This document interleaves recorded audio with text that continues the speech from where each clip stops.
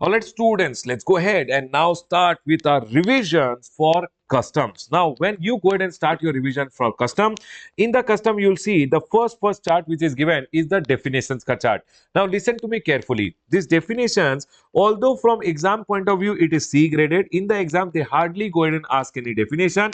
Sometimes they go ahead and ask also. So what I've gone ahead and done is all the important definitions which are there, I've gone ahead and put it over here.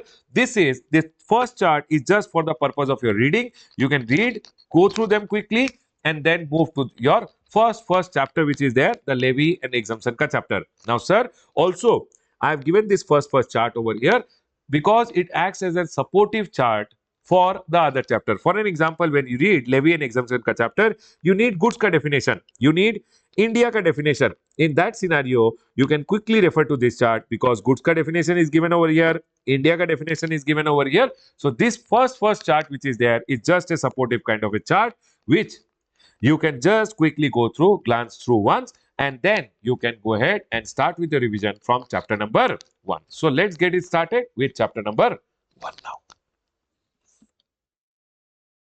Alright students, let's go ahead and now revise our customs. In the custom, we'll be going ahead and revising the first chapter today. The first chapter is levy and exemption from custom duty. Everyone over here, the first thing which you will have to go ahead and see over here is the word custom. How does the word custom evolve? Because the Custom Act, the Custom Tariff Act, the word custom is being used. How did the word custom evolve? We have to go ahead and see the historical background. Custom means a habitual practice. In the earlier time, what used to happen? It was a customary that the traders from one kingdom, when they used to go to other kingdom, they used to go ahead and offer some gift to the king so that the king is happy and he allows them to sell their goods. Now, this was earlier a custom. During those days, the gift was a custom. Now, it is being collected by the government as custom duty. Right, everyone? Now, whenever you go ahead and talk about custom law, entry number 83 of the union list, article number 246. Article number 246,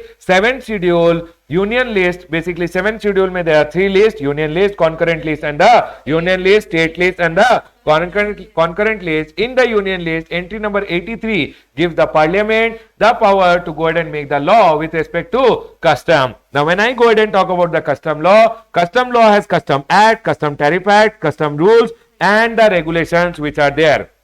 Custom Act goes ahead and gives you the entire law relating to the import and export. Custom Tariff Act goes ahead and provides you the import duty ka rate and the export duty ka rate. The rules which are there are being issued by the central government, and the rules are to carry out the purpose of the act, and regulations which are issued by CBIC are also to carry out the purpose of the act. Also remember, Custom Tariff Act, you have 2 schedules. First schedule gives you import duty, second schedule goes ahead and gives you export duty ka rate. Now when we go ahead and read section number 12 of the Custom Act, it goes ahead and tells you that custom duty, section number 12 of the Custom Act, basically the levy section, goes ahead and tells you custom duty is levied on goods which are imported or exported from India. When I go ahead and tell about custom duty is levied on goods, what do you mean by goods, everyone? Goods ka definition goes ahead and says goods means vessel, vehicle, and aircraft. Goods means stores, goods means baggage, currency and negotiable instrument, and any other kind of movable property. So sir, goods means vessel, vehicle, and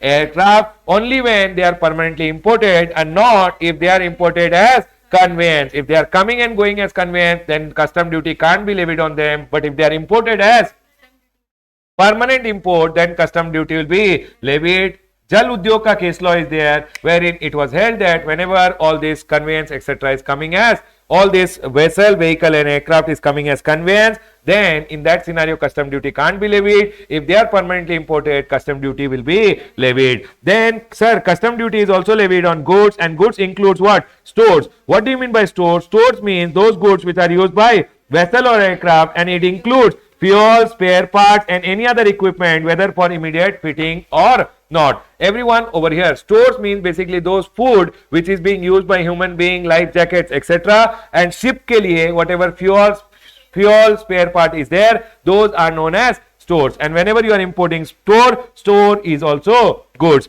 Then they went ahead and told baggage. What do you mean by baggage? Baggage means those goods which basically a passenger gets along with him from outside India. If you read the definition, baggage, they go ahead and say baggage includes unaccompanied baggage. So if you are coming from outside India, you get a suitcase along with you. Might be when you are coming from outside India, you got a suitcase along with you. That's your accompanied baggage.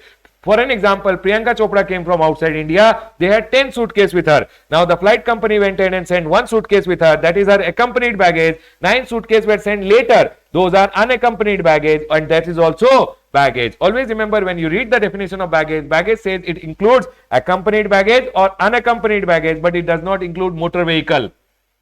For baggage, what happens? 35% duty is there. People will say, I will take motor vehicle along with me, and on motor vehicle also 35% duty, and hence government went ahead and told baggage includes unaccompanied baggage but does not include motor vehicle. Right, everyone? More discussion in your chapter of baggage. The next is currency and negotiable instrument. Currency and negotiable instrument is also goods, because you should be bringing as per FEMA. And then any other kind of movable property is also goods. Any other kind of movable property means TV, mobile, iPad, intangibles put on media is also goods. Now intangibles put on media, supposingly you went ahead and got a CD mein software is there, that is also goods. You went ahead and got some sketch, etc. Basically those sketches are on a paper, etc. So basically those sketches are also goods. Always remember, here there is a case law which is Associate Cement Companies ka case law, where Supreme Court went ahead and held that drawings, designs, manuals, technical materials are goods and liable to custom duty. Always remember one thing, custom duty is levied on goods. Goods means vessel, vehicle and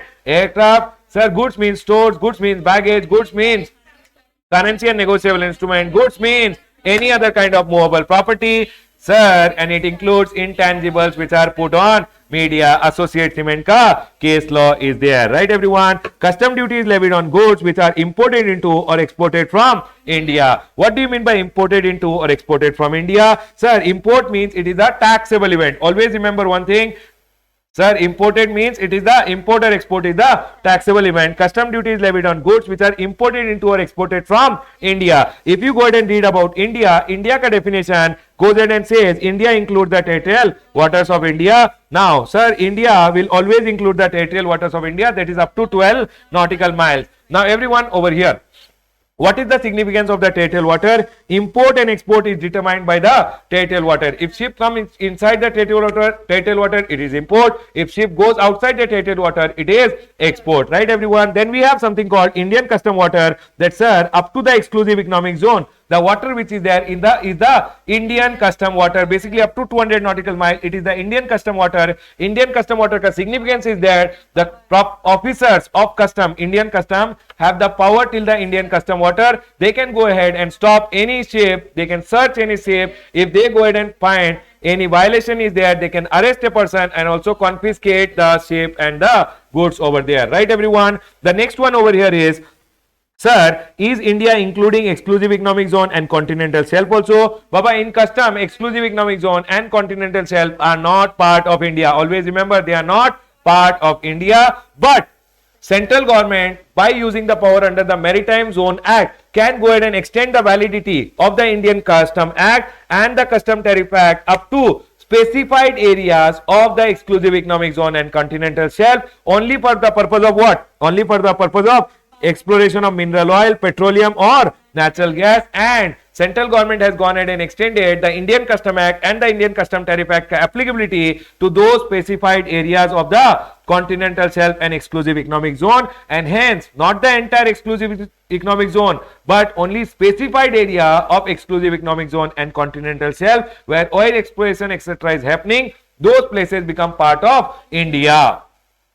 Are we clear, everyone? Always remember, India means India will always include territorial waters of India, and territorial waters of India will help you in determining import or export. Now, exclusive economic zone and continental shelf are not India, but government has gone ahead and extended the applicability of the Custom Act and Custom Tariff Act to the specified area of continental shelf and exclusive economic zone, and those specified area are part of India. Right, everyone? Always remember one thing, sir, custom duty is levied on goods which are imported or exported from India. Now, sir, import means bringing into India from a place outside India. Export means taking from India outside India to a place outside, taking out of India to a place outside India is export. Forex realization in case of export is not important for it to be called as export. Right, everyone? Now listen to me very carefully. Import means bringing into India from a place outside India. So if a ship is coming and it enters the territorial waters of India, it is import. But the taxable event, what will be the taxable event?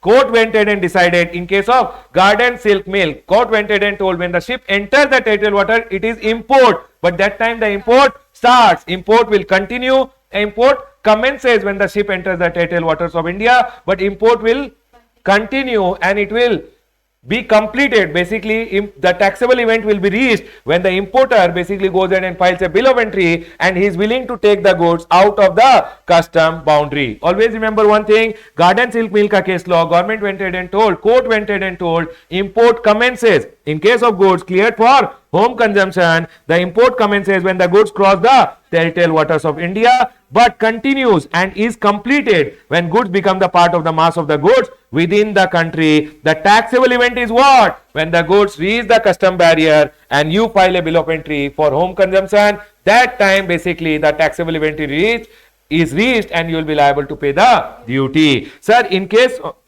of Kiran spinning mill, what happened? Goods were imported, shifted to the custom warehouse. What is the taxable event? The taxable event started when the goods crossed the territorial waters of India. The taxable event is continuing, but the taxable event is completed. Sorry, the taxable event means the import started when the goods crossed the territorial waters of India. Then the import continued, but the taxable event is reached when you are trying to take the goods out from the custom barrier, basically from the custom warehouse, and you file a bill of entry for home consumption. Kiran spinning mill, in case of goods cleared from for warehousing, custom barrier is crossed when they are sought to be taken out of the custom. That is, the taxable event is when bill of entry is filed for home consumption to clear the goods from the custom warehouse. Then the next case was Mangalore refinery and petrochemical ka case law. Whatever amount of goods was actually mentioned in the bill of lading was not received in India, or actually so you will be liable to pay the duty on the actual quantity which is received in India and not the quantity mentioned in the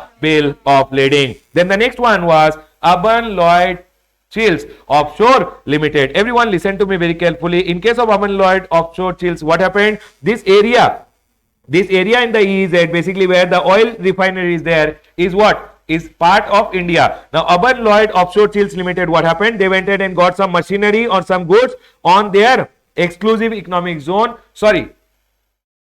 They went ahead and got on the oil field which was located, which was an offshore unit in the exclusive economic zone, and that's a part of India. So if you go ahead and get some goods on the oil field, then it is deemed as import. That was being told over here in Urban Lloyd Chills Offshore Limited. Goods imported for consumption in an oil rig which is in the continental shelf or exclusive economic zone. It will be, because oil rigs are treated as what? Part of India, it will always attract import duty. I hope everyone is clear. The next one is export. What do you mean by export, everyone? Export means taking from India outside India. Now there is Rajendra Dyeing and Printing Mills ka case law. What happened over here? One ship was going.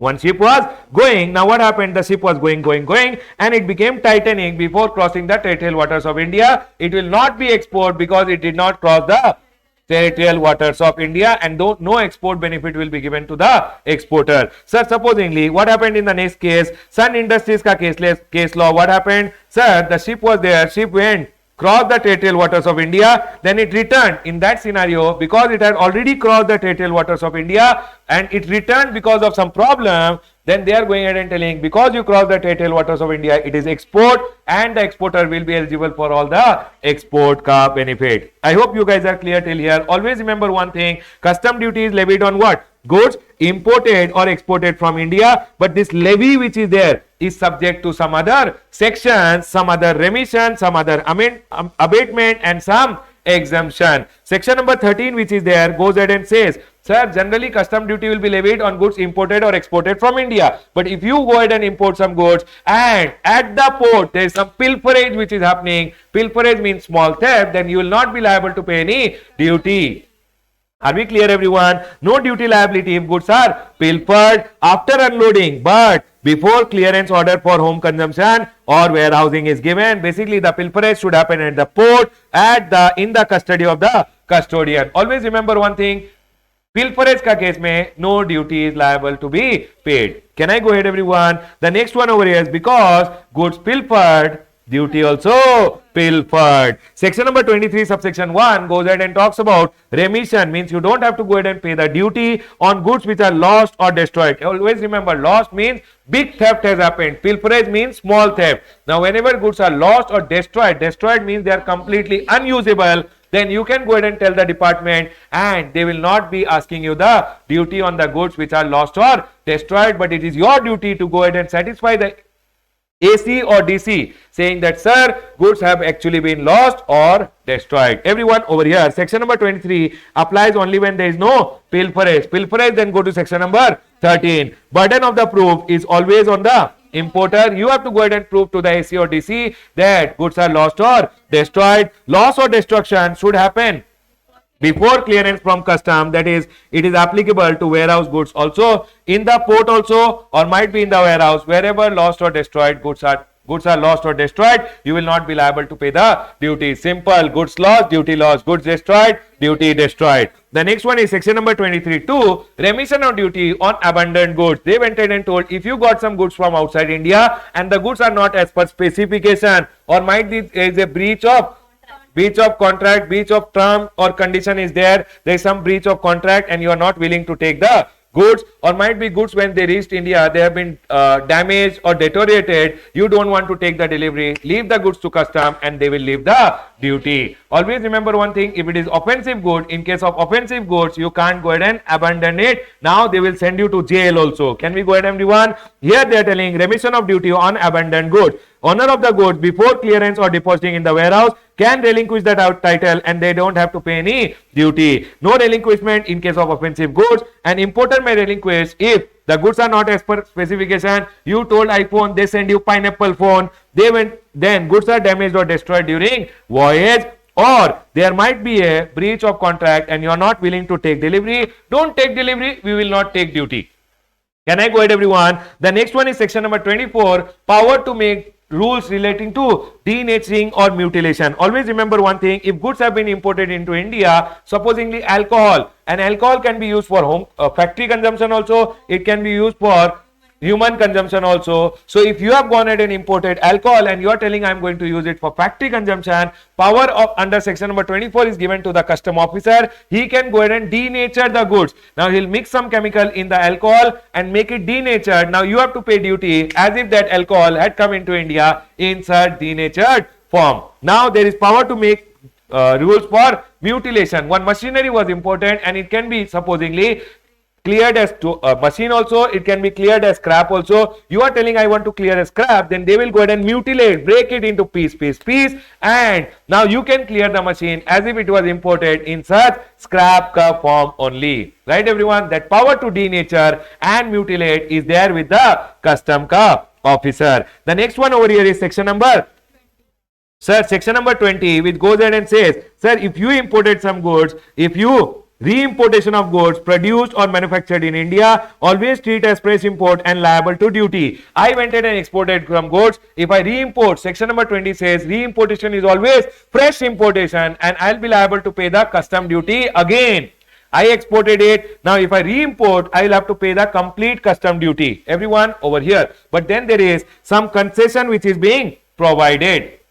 So there is some concession etc. which is being provided. They are going ahead and telling, if you go ahead and exported the goods, you got duty drawback. Re-imported, it is fresh import, but what is the concession? Whatever duty drawback you got, please pay it back. You exported the goods, you got some GST ka refund. When you re-import, please give the GST ka refund back. You went in and exported, you gave the bond, means you did not pay IGST, you re-imported, please go ahead and pay the IGST which you had not paid at the time of exportation. This is the first one which is going ahead and telling. The second one over here goes ahead and says, sir, goods imported, you imported some goods, some problem happened and you re-exported for repair, and that person will repair and give it back. Now when you are getting it back, re-importation is fresh importation, you will have to pay duty, but then they went ahead and gave some exemption and they went ahead and told, sir, you imported some material, some AC supposedly, you already paid the duty, now you are exporting it for repair, going and coming freight and insurance plus the fair cost of repair, material plus labor whatever is the fair cost of repair, total amount pay, you'll have to pay the duty. What is the amount you have to pay the duty? You send some machine for repair, it is coming back. So first you had imported the machine, you paid the custom duty. Now you are sending it for repair, going and coming ka, freight and insurance plus material and labor ka fair cost, whatever is the total amount, on that you are liable to pay the duty. Custom duty on the fair cost of repair, cost of material used, insurance and freight two-way. But for the point number 1 and point number 2, where they are going ahead and giving you concession, they are going ahead and telling, sir, re-import should happen within 3 years plus 2 years ka extension can be given. Secondly, what you had exported only should come back. What you had exported only should come back. Same goods should come. And thirdly, they are going ahead and telling no change in ownership between the time of export and re-import. When you exported, Ram was the owner. When you re-imported, also Ram is the owner. Export and import ka case mein, whenever you exported your machine, by the time it came back, you only are the owner. Always remember one thing, ownership should not have change. Then they are going in and telling, if goods are manufactured in India and exported outside India, and now might be outside India when you export it, there is some repair which has to be done. You make in India goods ke liye, basically government is going ahead and telling, you made some goods in India, exported outside India, and now it is coming back for repair. It should come back for repair. Re-importation is fresh importation. But government is telling, we will give you concession. You don't have to go ahead and pay any duty. Re-import, do the repair and send it back within 6 months. Government went ahead and told you re-import. You sold one machine outside India for an example. You re-import within 3 years. In case of Nepal and Bhutan, within 10 years. You do the repair and send it back within how much time? 6 months plus 6 months. You don't have to pay any duty at the time of re-importation. I hope everyone is clear. But if you go ahead, made some machine, send outside India, made in India, send outside India, you are getting it for refining. Refining ka case mein only 1 year is allowed. Repair is always for defunctional item. Refining is always for refining the process. It was still working. You got it for refining. In that scenario, you will get only 1 year. But the whole condition over here is that, sir, if the machine has come back, re-imported, you should re-export after how much time? You should export it back within 6 months plus extension can be given 6 months. Sir, same goods which you had imported, you have to re-export it and ACTC will satisfy himself and execution of bond at the time of re-importation. Means when you are re-imported, you have to go ahead and give a bond. Sir, I swear I will go ahead and re-export within 6 months plus extended time limit. If I don't go ahead and re-export, then whatever is the duty, I will go ahead and pay. Then the next one over here is section number 22. Everyone, section number 22. Can you tell me, everyone, what did we go ahead and learn till now? We went ahead and learned about section number 12, which went ahead and told, sir, custom duty is levied on goods imported or exported from India. Now section number 12 may, when goods are imported or exported, custom duty will come, but that is subject to section number 13, goods pilfered, duty pilfered. Section number 22, goods lost, destroyed, duty lost, destroyed. Goods abandoned, duty abandoned. Section number 24, goods mutilated or denatured, duty on such denatured or mutilated goods. Section number 20, re-importation is fresh importation, but some concession is given. Then we have section number 22, abatement, discount. Sir, goods came into India, damaged or destroyed, but you went ahead and told the government, damaged or destroyed goods pay. Damaged or destroyed goods, if I abandon, I don't have to pay the duty. But if I want to clear, they will give me a discount in the duty, and that is known as abatement of duty on damaged or deteriorated goods. If, sir, always remember one thing, damage ka case mein they have gone ahead and told, damage can be claimed even if goods have damaged before, during unloading, at the port, or might be in the warehouse. Always the abatement shall be available. But sir, in case of deterioration, at the port if it is happening or in the warehouse it is happening, it is your mistake, and hence in case of deterioration means fall in quality with the passage of time. Mangoes came into India, it is your mistake if you did not clear at the port or you did not clear from the warehouse, and hence they are telling deterioration means fall in the quality, and because of fall in the quality we will give you abatement only if it happened before or during unloading. Before or during unloading abatement shall be available. After that abatement will not be available. Always remember one thing, custom duty, how much will you have to pay? For an example, 1 crore ka goods it was before damage deterioration, and 10 lakh was the duty. Now the value has become 50 lakh of the damage deteriorated goods. So you will always also have to pay duty half. Value of the goods fell half. duty also will fall half. So you always have to remember custom duty on damaged or deteriorated goods will be custom duty before damage deterioration divided by the value of the goods before damage deterioration multiplied by the value of the goods after the damage or deterioration, basically value of damaged or deteriorated goods. Sir, how will you go ahead and find out the value of damaged or deteriorated goods? It will be ascertained by the proper officer, or if you don't agree with the officer, they will go ahead and sell your goods and through auction or tender, and that value will be taken as the value of damaged or deteriorated goods. It is the option of the owner. Then comes section number 25. Section number 25 goes ahead and says government has the power to go ahead and grant exemption. Section number 25(1), central government in public interest can go ahead and issue a notification in the official gazette and exempt some goods from custom duty. Section number 25(2), special order. Then central government in public interest may go ahead and give special order in each case and exempt goods from custom duty. Section number 25(2)(a), that central government, if it wants 1 year from the issue of exemption, they can go ahead and insert an explanation. Explanation inserted will always have retrospective effect if it is inserted within 1 year. Section number 25(3) is not relevant. Section number 25(4), which is there, goes ahead and says that, sir, section number 25(1) or 25(2)(a), if any exemption ka notification is issued or any explanation ka notification is issued, they will always be valid from the date of issue and not the day it was made public in the official gazette. Notification under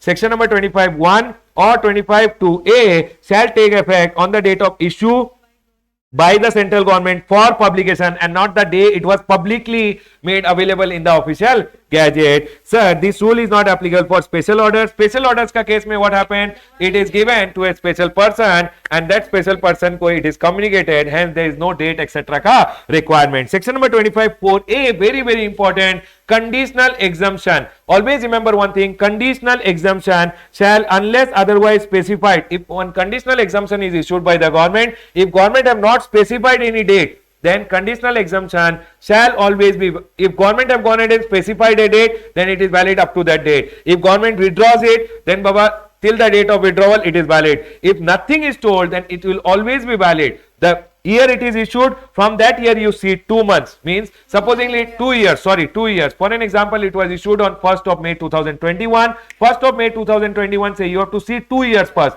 1st of May 2022 and 1st of May 2023, and then 1st of May 2023, 23, 24, basically 31st March 2024. I'll tell you once again, everyone listen.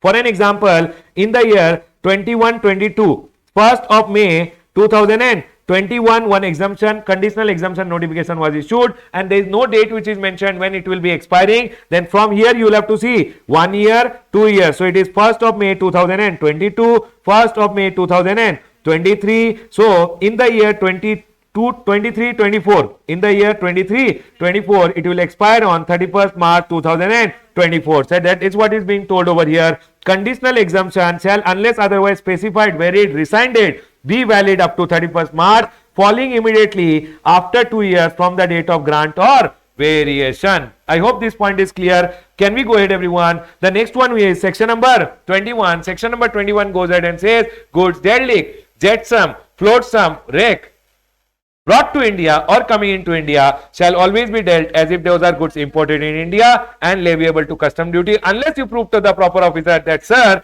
these goods which have come into India are non-leviable to duty or are exempted from duty, then you don't have to pay any duty. I hope you guys are clear till here. The next one over here is some case laws. Hanil Era Textile Limited ka case law. Hanil Era did what? They went ahead and imported DG set and furnace oil. From the DG set or furnace oil, they went ahead and generated electricity. Electricity was used to make goods and goods were being exported. There was an exemption notification which went ahead and told, if you import DG set and furnace oil, make electricity, make goods and export it, then the DG set and furnace oil pay, you don't have to pay the duty. Now, Hanil Era Textile did the same thing. They went ahead and DG set imported, furnace oil imported, they went ahead and generated electricity. Electricity was used in production of electricity was used in the production of goods and goods were being exported. But there was some surplus electricity which they went ahead and sold in the domestic tariff area, and the officer went ahead and told, selling of electricity in the domestic tariff area, why did you do it? You are supposed to use it in exported goods and export it. You are supposed to use it in making of goods and export it. Why did you use the electricity in why did you sold the electricity in the domestic tariff area? I want the duty on the furnace oil. And the DG said. Now Anil Era Textile went ahead to the court, and court went ahead and told, when the notification was issued, it was told that you have to generate electricity and use it for what? Goods, and goods should be exported. Anil Era Textile went ahead and did what was told in the notification. In the notification, there was no restriction saying that surplus electricity, if generated, can't be sold in the domestic tariff area. If they go ahead and sell that electricity in the domestic tariff area, they have not gone ahead and done any violation, and hence exemption will be given. You can't go ahead and claim, department can't go ahead and say we want the duty on the furnace oil, and the DG said. In absence of any restrictive clause in the notification, there is no violation of any condition of the notification, no duty for surplus power sold in the domestic tariff area, because they could not go ahead and store the power. They went ahead and sold in the domestic tariff area, and there is no violation of any condition which is done in the notification. Anil Era Textile did not have to go ahead and pay any duty on the DG set and furnace oil. I hope everyone is clear. The next one is Tullow India Operations Limited. What happened in Tullow India Operations Limited? The assessee was there. Importer's claim for exemption was denied. It was rejected because he did not go ahead and fulfill a compliance which was not within his power and control. Assessee went ahead and told the public functionary to give him a certificate, and public functionary did not give him a certificate, and because of that his exemption was being denied. So Tullow India went ahead and imported something. On that, exemption is there, but you have to get a certificate from the public functionary. Public functionary did not go ahead and give the certificate on time, and hence Tullow India ka exemption was being rejected. Now Tullow India went to the court, and court went ahead and told it was not the mistake of Tullow India over here. They have gone ahead and fulfilled all the condition, and the condition which is not in their power and control, because of that you can't go ahead and deny the exemption ka benefit. It was a mistake of the public functionary and not the taxpayer, or basically the importer over here. Then the next case came of BPL display. BPL display went ahead and imported some items. Now out of those items, some items were being damaged.